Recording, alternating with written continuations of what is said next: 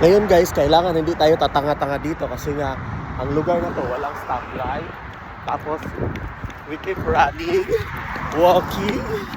So, nag-isa pa rin ako dito around. So ngayon, pag na-reach out ko yun, ito yung makikita nyo una.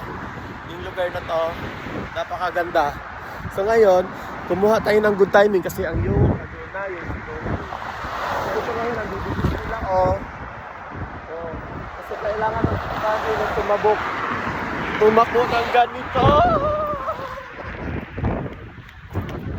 Welcome to 1995 Ministry. Takbo na naman tayo. Kailangan natin sarili natin. Di ko alam kung saan yung gate. Grabe ang lamig. Kaso lang, okay naman ang lamig basta walang hangin. Basta na yung buhok ko. Yan, parang siyang binoblower. Parang ang hangin kasi papunta lahat sa mukha ko eh. Yan. So anyway, nandito na tayo sa area na gusto kong puntahan. Yes. Grabe guys. Ngayon, papakita ko sa inyo yung video sa araw, kagaya nito ngayon. So halimbawa naman sa gabi, grabe ang lakas ng ang lakas ng hangin. Oo. Tapos ngayon, sa lugar na to is wala kang makikitang na bumuging. Kasi nga ang lamig nga.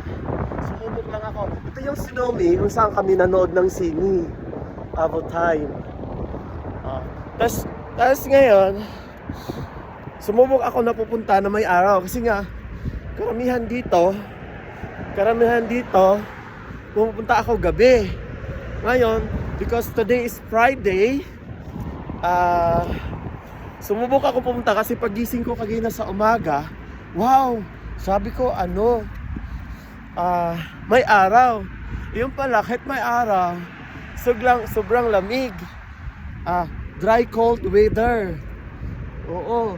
Tapos, ngayon kasi nandito pa tayo sa highway kung saan tayo pumunta. Malapit na lang po, makikita nyo na lang po yan Yan, dyan tayo mag-start mamaya. Yes. Di ko alam kung open na yata yung gate. 100% is open na siguro. Pag nakita nyo yung building yan, sa building na to, yun na yung lugar na yun. Dito sa yung walk. Ito yung walk, the side.